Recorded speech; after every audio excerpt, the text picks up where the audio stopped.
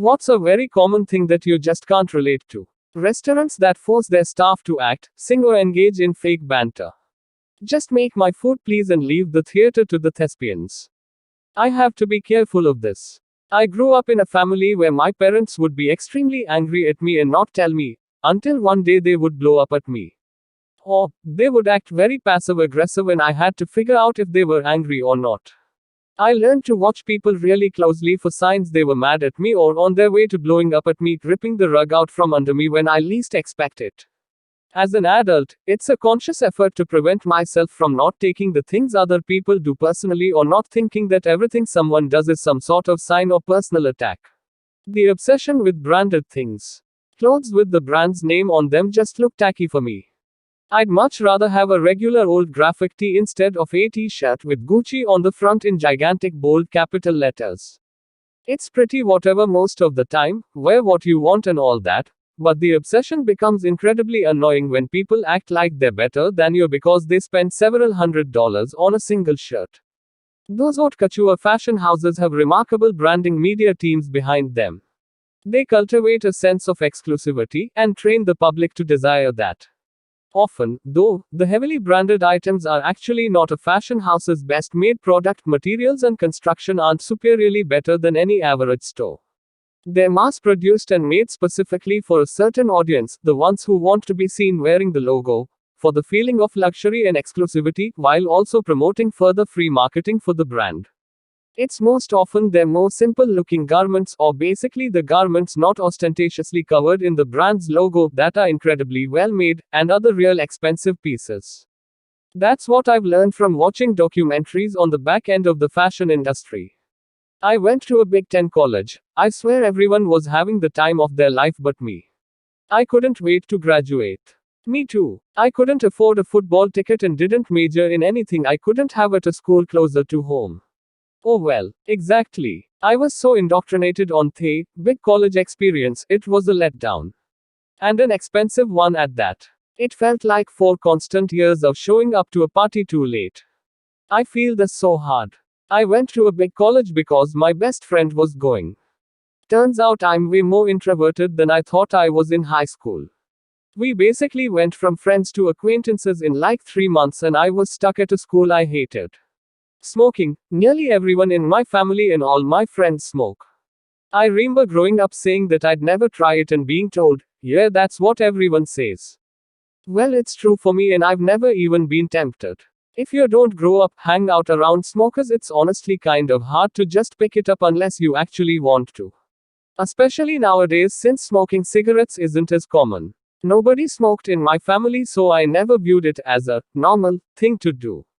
I always viewed smoking as a bad and kind of pointless habit, because that's what I was taught, I guess. It's kind of sad that the people who told you that had that attitude, as if becoming a smoker is unavoidable. Being quiet late at night when your parents are asleep. My parents are deaf. Damn, what a life. Not being afraid of being heard.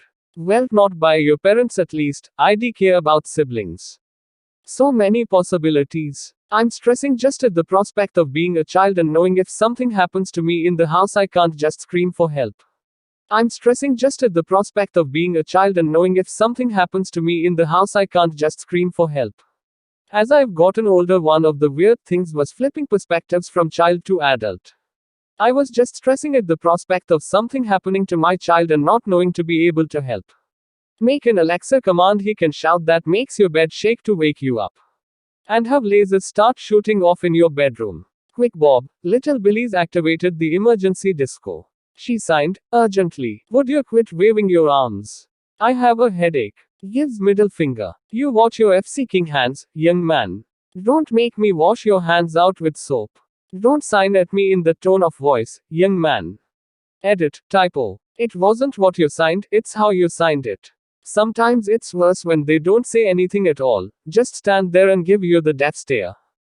That reminds me of when I was a groomsman for a bro, and his wife's maid of honor was deaf.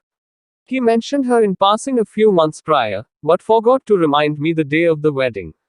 So, her and I were both unloading tablecloths next to each other and I glanced over to make small talk. I remember just looking at her like, I know she heard me. Then a couple seconds passed and she looked over to see me staring at her with a confused smile on my face. I think there were about 3 seconds of dead air, then she just smiled, let out a faint chuckle, and went back to work. I didn't know whether to be offended or what. Then it hit me. Thankfully, nobody noticed my complete embarrassment. After that, I just waited for her to look at me before talking so she could read my lips. She was very sweet and lovely to talk to. Waiting for the part where you say y'all are dating now. I think that's how rom-coms work. I have a friend that I didn't know was deaf until I'd known her for like 3 months. A decent sized group of us were out at dinner and she seemed bored and disinterested in conversation the whole evening. I made a remark about it to someone and they were like, "Oh, she's deaf, she has a hard time in larger group situations keeping up with the conversations because it's harder to read lips." I thought my buddy was trying to pull my leg. He swore he was not. I was like, "How you just telling Matt his now?" Seems like it would have been pertinent info. My friend's mum was deaf. I spent ages thinking she was Hungarian. In my defense, she did answer the phone a lot. If you can't hear, why do you do that? Running a brush through my hair. I have very curly hair, so only finger brush it when it's wet, which isn't often. Seeing people grab a brush and run it through their hair when they've been in the wind or just to freshen up. I wish. I have to brush it in the shower because it's just too curly and thick to do anything with. My sister, whose hair like her father's and would never understand the struggle, grabbed a round hair brush one day and thought it would be funny to put it in my hair. It got stuck and I just sat there and cried. Another time when I was really young, my aunt, who was my father's whiter half sister, decided to put little tiny buns all over my head with newspaper elastics that ended up getting stuck and ripping out my hair. I literally bled because of it. Ouch. My dad is who I got my curls from, and so he knew to brush from the tips to the roots, whereas my mom didn't and would try getting a brush through from root to tip. I once had a hairdresser brush my hair while it was dry and I was holding back tears the whole time. I was too shy to say anything. Then there was always kids at school wanting to straighten it face with rolling eyes. WTF. Even with straight hair I start from the tips. Once I can do a clean pass with no snags, I'll go from the root. The trope where the husband is a useless piece of lazy shit who couldn't possibly feed himself or care for the kids and house without your divine feminine guidance. It used to make me feel bad, like, am I supposed to be running this shit by myself while my man just lies on the couch after work? But then I realized, no, it's the trope that's shitty. It's everywhere though, and women think it's somehow cute or empowering to perpetuate it. As a husband and father, this trope pisses me off. I am extremely invested in my family, and am more than capable of taking care of business. Yet when I'm out and about with my daughter, it's, "Oh, must be mom's day off." Fuck off with that shit. It's not mom's day off. This is me being a regular ass responsible dad. That's my default, you lowbrow assuming piece of shit that apparently had shit for parents. Rent.